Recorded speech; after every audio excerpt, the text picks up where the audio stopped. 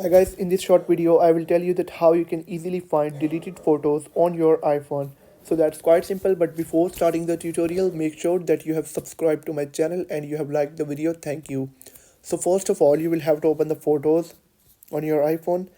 Now go to the albums and scroll down and you will find an option of recently deleted on the bottom.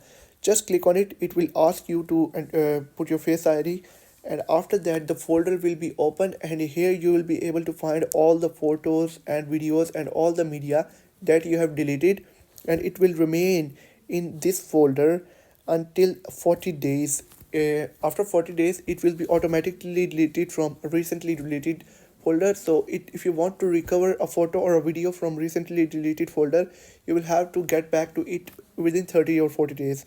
So that's how you can easily find your deleted photos and videos on your iPhone.